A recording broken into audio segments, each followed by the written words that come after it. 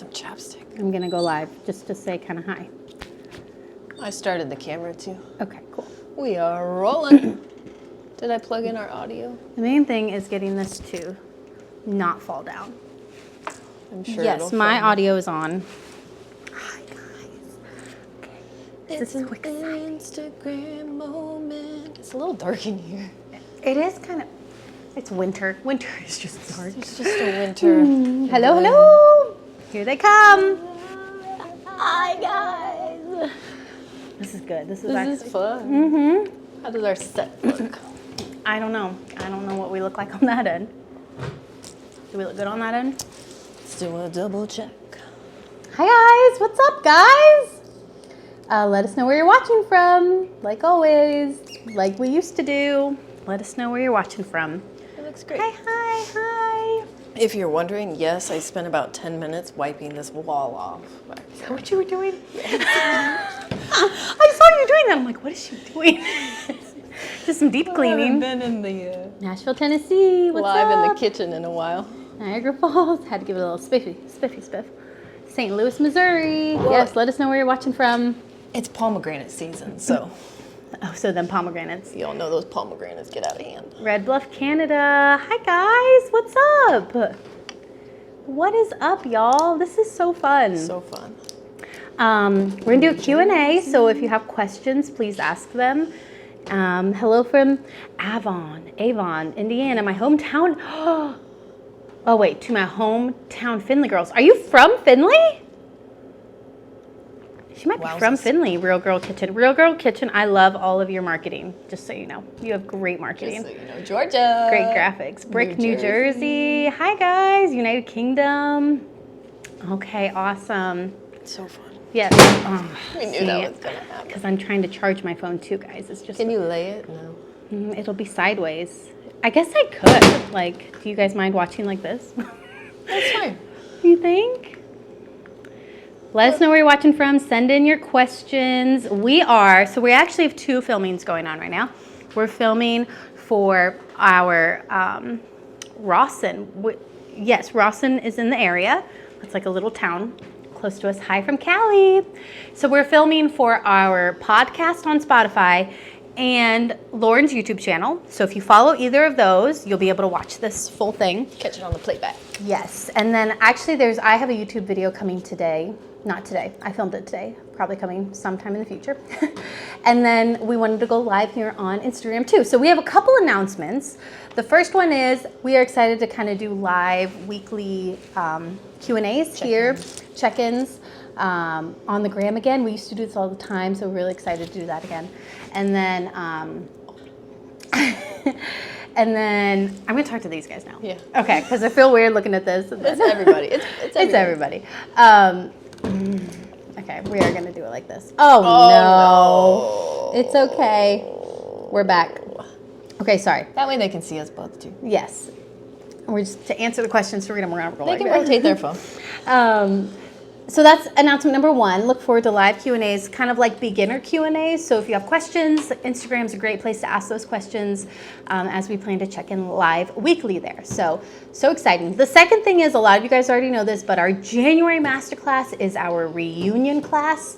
We hope to do this every January, where if you've ever taken the masterclass, you can rejoin the January group for free, no additional cost if you've already taken the masterclass. And if you're wanting to take the masterclass, the January class is like the one to take, because you're gonna get in the room with all these juice bar owners that are at different phases of their journey. You're gonna get to ask questions and hear other people's advice, and we get to learn from each other. It truly is amazing that we do this group mentorship with the masterclass, because somebody asks a question and you're like, oh my gosh, I didn't think about that. That's amazing. Thank you for asking that question. So it really, really is rather wonderful. It's gonna be a good time. It is. If you're wanting to do our masterclass, the January one's amazing. You can sign up through the link in our bio. If you've already done the masterclass, send me an email, jordan@jkjuices.com, and I'll get you on the list, and Definitely you'll be able to join that group. So, and if you're not familiar with who we are or what we do, our masterclass is a full course on starting a juice business. Everything you need to know. You get, for each masterclass, we do a mentorship group, and so you get us for 6 weeks. It's a private Facebook group, but you're able to ask all your questions. We check in live weekly in that group. It's just you get to hang out with us and we mentor you for 6 weeks. So truly wonderful. I like the way you said that. Get in the room. Did with you a bunch. Come up with that? I've heard it before. Okay. Yeah. Wow, you really nailed that line. I have definitely heard it before. Let's see if there's any question. Let's see.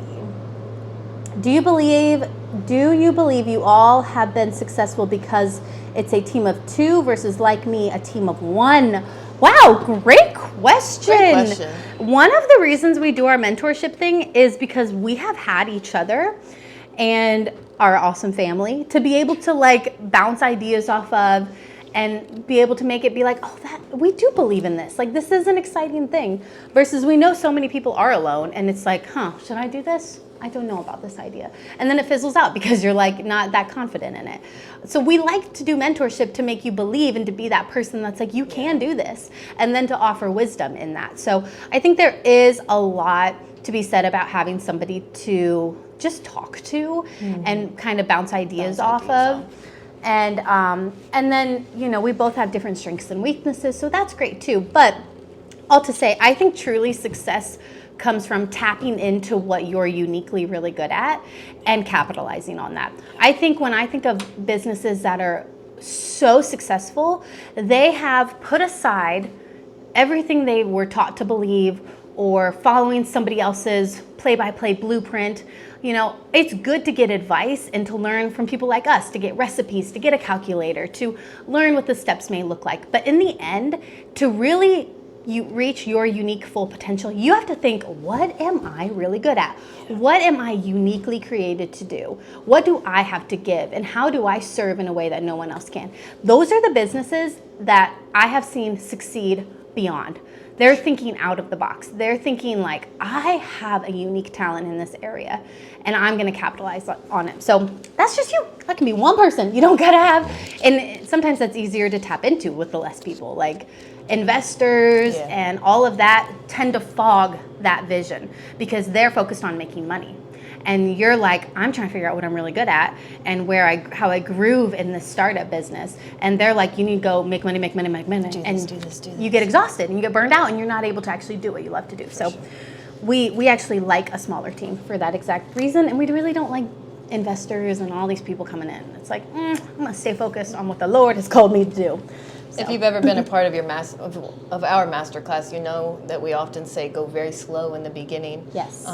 There's this period where you're learning what you enjoy doing, and some of you might even come to find you don't like juicing. Yep. And we always give this buffer, give yourself some time to decide if this is something that you enjoy doing. Yep.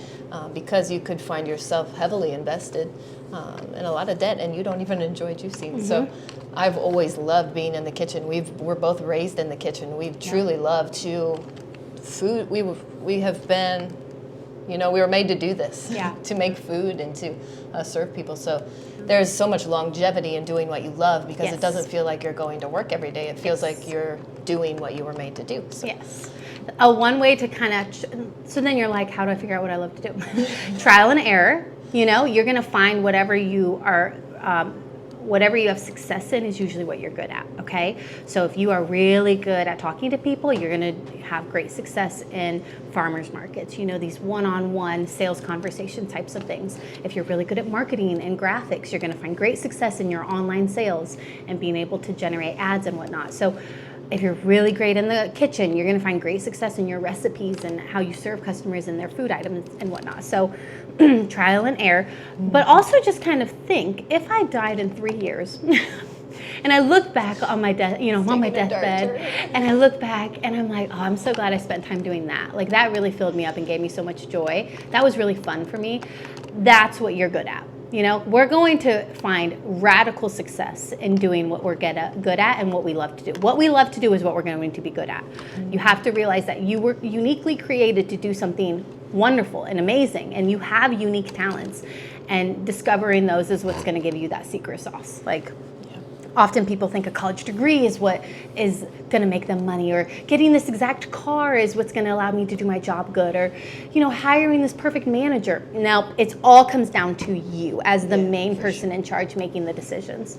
And the beauty of that is you're not in competition with anyone. You know, you have something unique to bring to the table that nobody else will, and it's really fun, right? Like you're going to find great success in it. And vice versa too. You know, you could be really good at something else, and it could be very lucrative. It could be a big open door, but just because you are good at something, you know, if it's not what truly you were purposed to do, it's not going to fill you up. So you're still going to have that, you know, that churning in your spirit that's like, oh man, I feel like I should be making juice and not, you know, doing this, whatever else it is, even if it's making money, a better thing. So the better thing might not be just giving yourself, that's what we're freedom to explore what you love, what you really want to do. I mean, I just think of all the moms that work and then are like, I want to stay at home.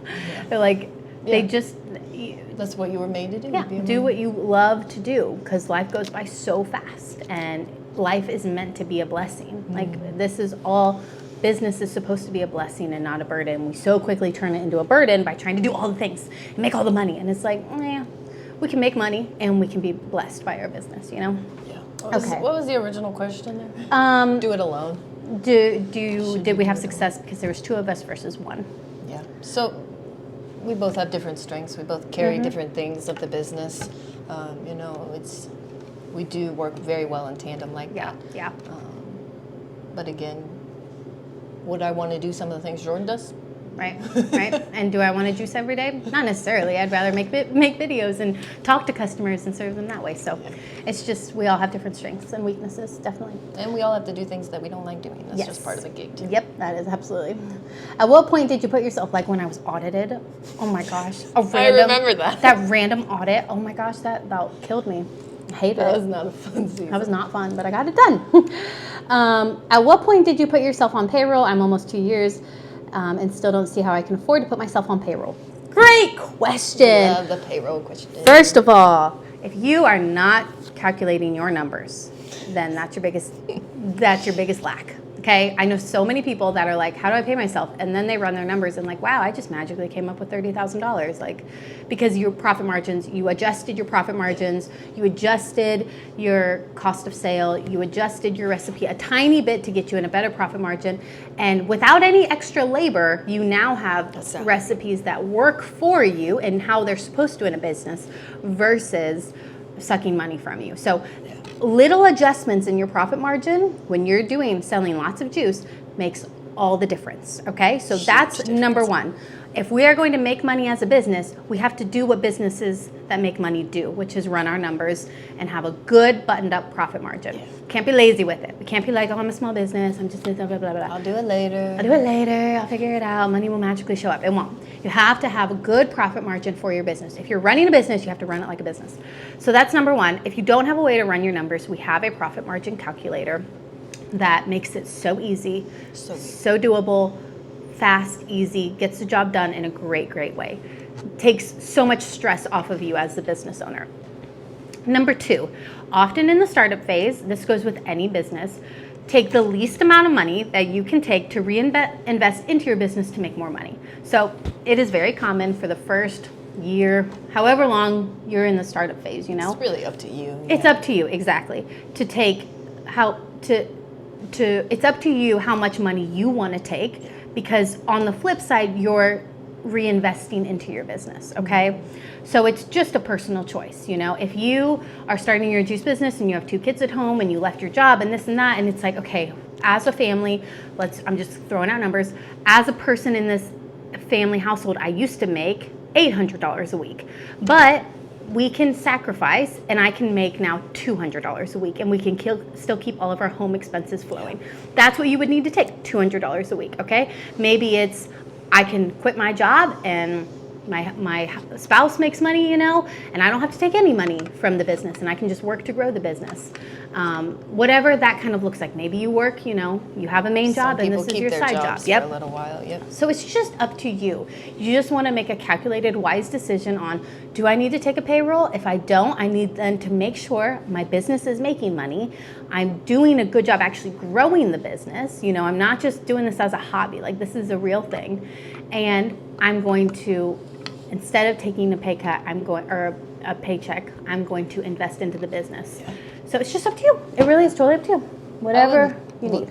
Look around your, I don't know why I'm saying this, but I would look around and see what equipment you could sell that you're not using. Yep. We often over purchase things in the beginning of our business. I would look around and just see what you could offload, any assets that you bought that are just sitting in the kitchen not being used.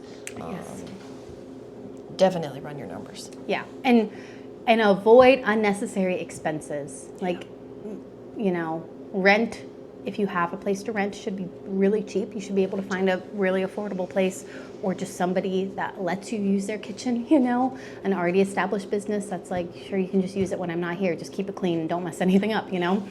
And things, you know, you don't need to be paying monthly for, I don't know, some kind of management system or this or that. Like, so much can be done just by you putting in a little bit of time and work in. Just removing unnecessary expenses. Usually that's in labor and like rent and paying off debts and stuff like that. But in that startup phase, sometimes we can fall for, in our naiveness of running a business, we can fall for little scams here and there when it's like, you don't need to pay this person $100 a month. You don't need to pay $30 a month for this software. Like, you're okay. So I would love to sign up for your mentorship, but can't afford it currently. Do you all provide any scholarships or payment plans?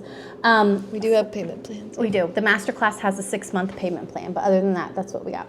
How do I get into farmers markets, marketing, promoting juice? How do I get into farmers markets, marketing, and promoting juice? Well, farmers markets, you should be able to just contact the person who runs it and sign up. Like, usually it's just a matter of submitting your information and they allow you to get in.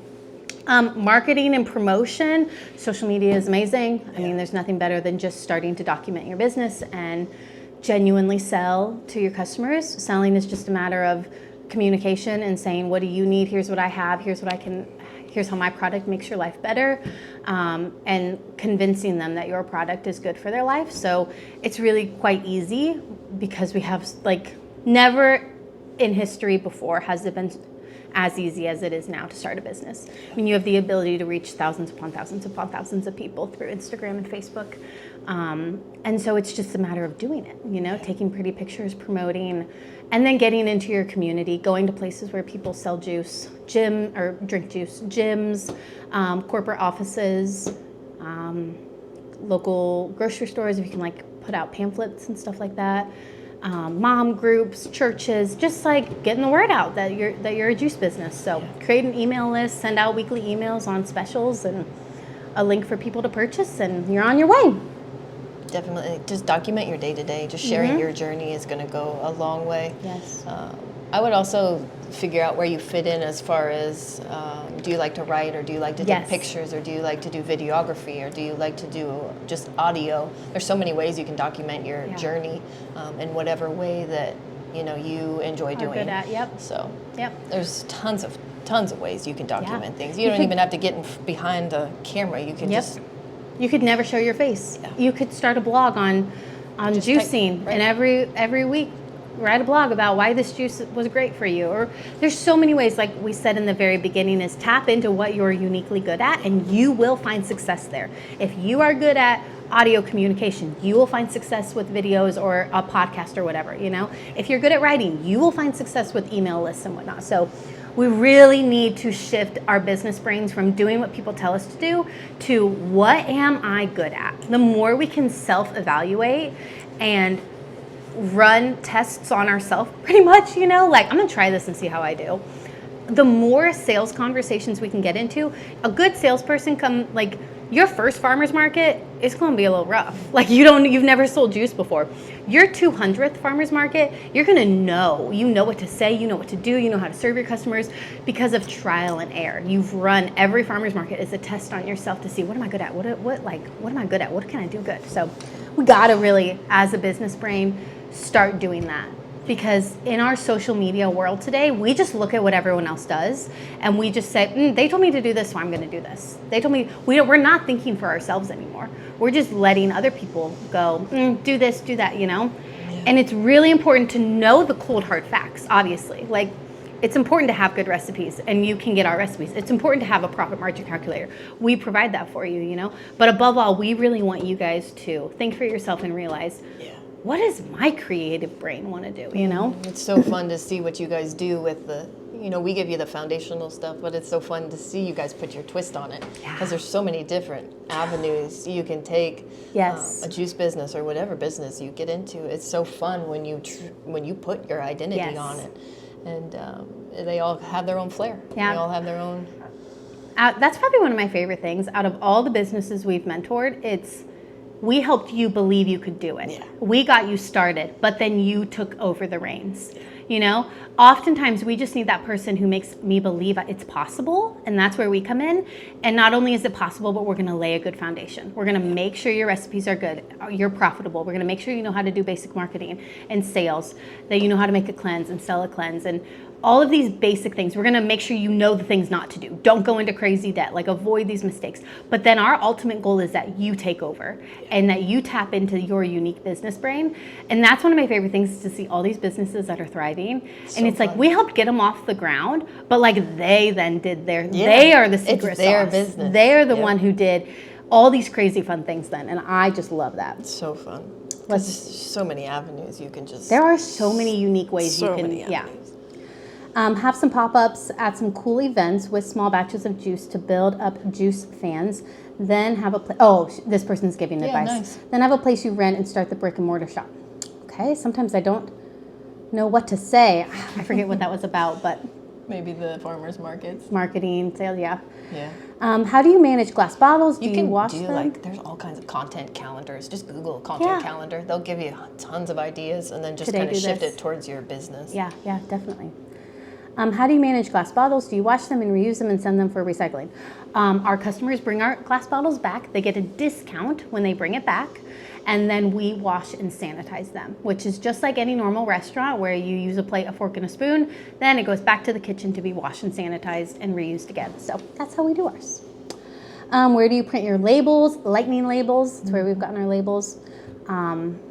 For many, many years, and always love them, lightning labels. How much is the mentorship? So we used to have a mentorship group that you could pay monthly for or yearly for. That's kind of on pause. Now all of our mentorship comes through our master classes. So a couple times a year we do a master class. It's a 6-week program. Once you purchase, you're emailed the full curriculum, and then you join that masterclass group, which is a private Facebook group where you're able to ask us all your questions. We do further trainings and check-ins in that group, and that group lasts 6 weeks. So that's our mentorship. The mentorship group comes with your masterclass purchase. So, okay. Keep sending in your questions. A thing I wanted to talk about today, the topic of the day. Got a thing. I do. Was, should you open a second location? And what does that look like? And if no, what is the alternative option? What do we think is better? So generally, as a general, I lean to the answer is no, you should not open a second location. In certain scenarios, yes, there comes a time for that. But in most of these startup phases, in most people that we're talking to, and most of you guys, when you start asking the question, should I open a second location? I would just pause, and I'm going to give a new perspective. The answer might still be yes, but I just want to weed out some possible mistakes and some areas of failure we have seen, and what another option may be. So we always want to mitigate our chance of failure. And wasting time and money and all of that. So I just have seen it over and over again. People open a second location.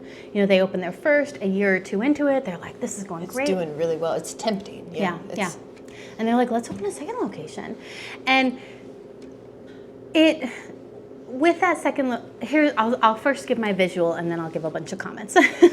So if I have a fire, okay, it is really easy for me to manage that fire, to stoke it, to put more logs on the fire, to get it nice and burning big. And then, like, that fire's going good. I'm going to go open another fire. I'm going to go start another fire. And maybe the fire's down the road. Maybe it's in a different town. You know, I don't know. But now I have to manage 2 fires, okay? And the logs, let's imagine the logs are managers, employees, all of that. But I am the person who lights the flame, and I am the actual flame within the fire as the owner of the business. It is hard. Great analogy. Thank you. It really just came to me out of nowhere. It is hard. They always do. I know. It's going to be hard, even though I know I made the fire. I know how to build the fire. I know how to keep the fire going. it is still more challenging than I think it's going to be to manage 2 fires. I get 1 fire going really good. I get it nice and big. I even leave somebody in charge of the fire, but they don't know all the things I know. They don't know all the tricks I know, okay? And I go and I try to start this other fire, okay? And so I'm starting that fire, I get it going, get it good, and I'm like, oh crap, I gotta go back to the other fire. I gotta manage it, I gotta tend to it, I gotta create new things. And my time now is spent, and a majority of my stress is spent thinking and managing 2 fires versus creatively building this huge, massive fire, okay? And even if I have managers, which is always where people go, it's like, I'll just hire somebody to manage it. The manager is not up till 1 a.m. thinking, how can I build my fire fabulously big? The manager is not spending all their time coming up with new creative ideas. Source the nicest firewood. Yes, like the manager is, good, but they're not you, okay? And it really, all to say, it really comes down to this 1 fire, I can build it the size of 4 separate fires if I really put my all into it versus 2 medium fires. And not only that, but the amount of resources it takes to hop between 2, whether that's time to travel between the 2, money to get to the other 2, just thinking about it, money to build the other one versus just like, growing on what I have. And I've just found that so many, we're doing good, but they also find that starting their second fire pulls from their current fire. Oh, for sure. Even if you don't intend it to. Because, you can just imagine right now having 2 shops in 2 different locations. You're going to be more pulled thin. Yeah. Like you are going to be.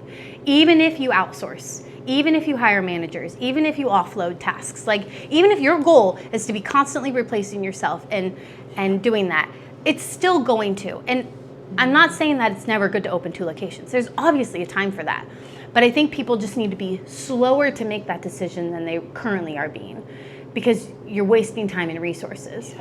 When I think about, okay, I'm at this point of doing wonderful and I want to open a second location, my brain goes to, instead of opening a second location, how can I make my first location even better? Even if that means moving locations, okay?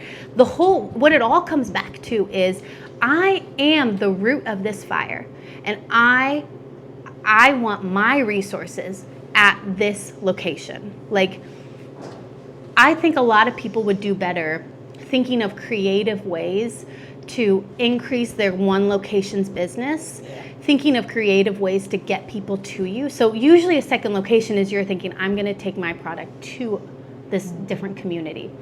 I think more resources should be put, how can I get even more people to come to me? How can I get even more people to come to this experience that I'm having here? Not how can I take my products to other people? How can I get more people here? And it's a more unique way to think, but I think truly that this mindset, how can I do more within what I have, allows you to grow a business that is like 4 different mediocre storefronts, but in one. And when you have it all under one roof, boy, does it run good, because you're not going through employees like you are with 2 locations. You get a good manager, you get to keep that manager. You're not having 2 managers, You just can micromanage and control it more. And you are there. Like, there is such importance to being on location, on scene, as the #1 fire flame lighter. Like, there is a lot to be said there. That's where the creativity comes out. That's when you're on the ground seeing the problem, seeing it all. And to open 2 locations, I think most people don't have the system set up to really do it well. Like, to copy and paste. Do you know what I mean? Like, to really does replicate. Anybody have 2 locations there? I bet a lot of people do. Yeah. But I just wanted to say that instead of thinking I want to open 2, really think creatively about, how can I get more people into this place? So think about the customers you serve. What do they love? What would make their experience here at my business more enjoyable? And what are you really uniquely good at offering? So if you are a gym person, can I add a gym to my location? Like, can I get 100 people coming here daily to work out and then also spend money here? Can I add a library? If you're a book nerd and you are in that industry, can I add a library to my location? Can I add outdoor dog playground to my location. Like just thinking, can I tap into another market that adds to what I'm currently doing while still keeping things here in one location? And I think that there is a benefit to, if you've outgrown your current location, instead of opening 2, moving to a bigger space and making it even bigger, grander, better. I just think there's a lot there. You double your risk with 2 locations. You have 2 rents or 2 mortgages. You have 2 sets of employees. You're just doubling all of your overhead, versus keeping it all under one. And I think one of the big things is you're still learning how to manage. You're still learning. You're still a young entrepreneur, so you're still learning what does it look like to do this in the most productive kind of way. Yeah, I think it goes similar to what we were talking about earlier too. Like, just because you can do something and you might have the cash assets to do it, to open another location, doesn't mean that it is a good thing to open another location. I would, just ask yourself, what are you seeking from that second location? Could be you need to pay off debt from your first location. Yeah. It could be reducing risk. You're caught up in this, and it's very easy to get caught up in the entrepreneurship grind of, I need to be doing something. Yeah. We are here to tell you, you don't have to. You don't have to go crazy and look for every opportunity to make money. And I would encourage you, if your business is doing well and you're in a good spot to maybe like take a break and just breathe for a minute, because out of that resting, so much creativity flows, and you begin to really fan that fire that you first felt when you first start your business, and you're like, I want to do this, I want to do this, I want to be creative here. So it could be that you just want to make money, or it could just be that you're, whatever reason that you feel like you would want to open a second location. I would kind of just ask myself, why do I feel that way? Is it because an investor came along and said, do we want to open, I would love to invest, do you want to open a second location? People come to us all the time, they're like, when's the next one opening? We're like, it's not. It's not. Like, we're happy, we're good here. Yeah, and like Lauren said, why do I want to open a second one? Is it because you have a new burning flame inside of you that's like, this is our next season and we are set up for success to do it? Or is it because you're looking for something to satisfy that? Like an investor came and they're like, I'll invest. Do you want to open a second location? No, like grow at your appropriate speed, grow at your speed of wisdom. Like it takes great wisdom to take on great responsibility and to do it accurately. And I'll also just say, from a practical standpoint, people open a second location, but their heart is always in the first location. And they just kind of think, I can open a second, I can hire a manager and it'll work. And again, it just doesn't work, because the whole soul of the business isn't invested into that second business, and it just kind of does mediocre. Even if the manager is good, it's not you there thriving and really putting all the oomph into it. And so it just kind of fizzles out because it doesn't have that spark behind it. And it's also a testament to the fact of that you are the secret sauce, you are the special sauce.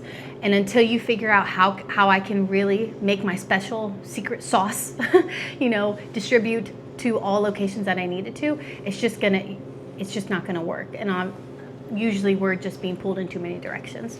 And there comes in a time and a place where you can open that second or third or whatever, but you have to have the capacity to do it, the systems in place, or the bandwidth, the bandwidth to kind of handle doing that. In regards to rest, I always think about Chick-fil-A and how they're closed on Sundays. And if you've heard a lie that you have to work to be successful and make money, like how could you be closed on Black Friday, this or that? It's like, y'all, Chick-fil-A is closed one day a whole week. And it's the busiest day for all fast food business. And they're one of the top fast food businesses in the whole industry. Like the owners of that chose rest. And they're still wildly successful. So it's not about how much you work that makes you successful. If somebody said that as a business plan, like to an investor of a huge, so if I'm wanting to start a fast food industry and I go to an investor of all fast food industries, and I'm like, this is my business plan, we're gonna be closed on Sundays because we believe in rest. That investor would be like, are you crazy? You're gonna miss out on $50 million a year. Like, no, we can't do that. Like, it sounds crazy, to choose rest when that's the number one moneymaker. But it's so important to rest. And when you rest, like Lauren said, you get to enjoy the fruits of your labor, first of Yeah, all, for sure. but also that you give yourself the capacity to think in different ways. Yeah, it's so fun to be an entrepreneur, but there is this point where we can choose to enjoy entrepreneurship and enjoy the things that we've built, or we can continue to serve this system of what, you know, we're taught that entrepreneurship is, and it's exhausting. Yeah, it is. And you never get to enjoy the reason Your that you actual went business. into entrepreneurship. Yeah. Again, if you were to die in 3 years and you're on Stop your, using I don't that care. We're all analogy. going to die one day, and it's going to come faster than we think. And you look back on your life, are you going to be like, oh, that was not fun, just chasing money and chasing the next big thing and just trying so hard. I wish I would have just enjoyed it more and did what I love. Yeah. Like, if you love selling and interacting with customers, make sure you're doing that a lot.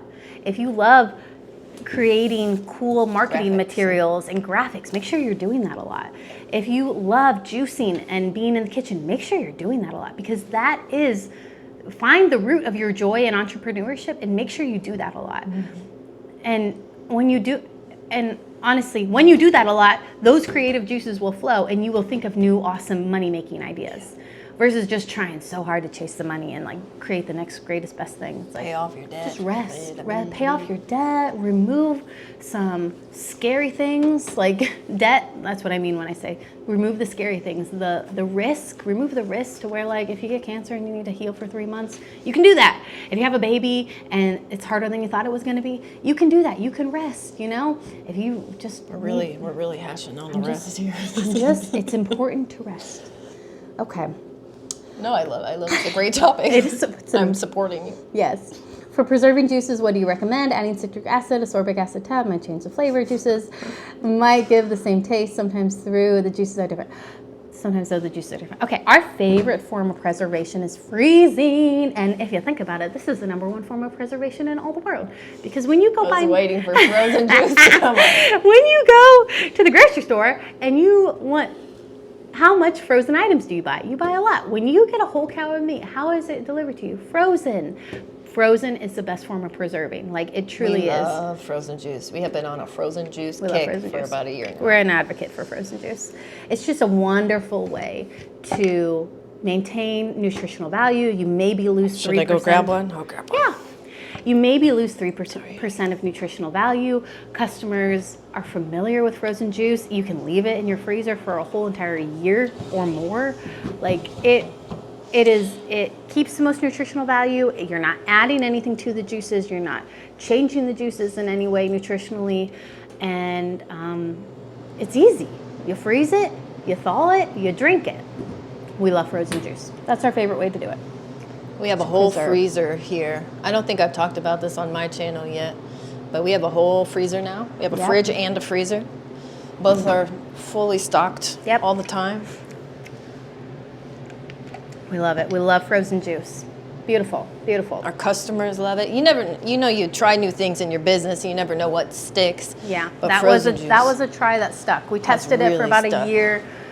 Just online sales, and it did so good. Now we have a freezer that people just come and I mean, I think we sold more frozen juice today than fresh, to be honest. I mean, one order today, we sold $300 worth of frozen juice. So one order today. You can't do that with fresh juice. It's just absolutely amazing, and it opens up your market. Yeah, you get the ability to sell. We do so much, like, what's that called? Frozen packs, where customers buy and stock up for a whole month, and you can't stock up on fresh juice for a full month. So it just really it serves customers in such an amazing way. Hi Brittany, what's your take on making juice from your at-home kitchen and serving it to the public? Well, Jordan is gonna in most places, this is illegal. So in most places, you cannot produce juice under the cottage food laws. There's certain foods that the health department allows you to produce at home in your home kitchen. Breads and cookies and things. Things that are very low risk. And juice is considered high risk to the FDA and health department. So usually you can't legally do it. However, there is a great solution.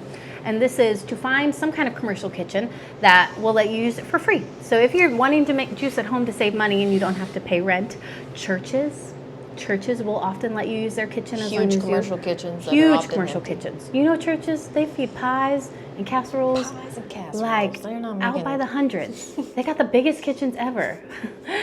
They're serving the people. So churches are great. A local small business that closes at 2:00 and you want to use their kitchen from 3 to 6. You know, there are so many options if you're just willing to do kind of the nitty-gritty work of finding somebody that will let you use their commercial kitchen. And I really do think that's the best option. It That's gets what we you. recommend. That's Yes. what Jordan did. It's what we did. It gets you in the market.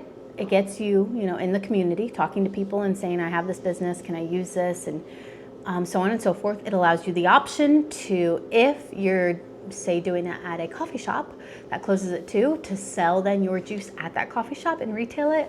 And it gets you in it gets you confident in the product you're making. You know, it's good to make juice in a commercial, clean, sanitary place.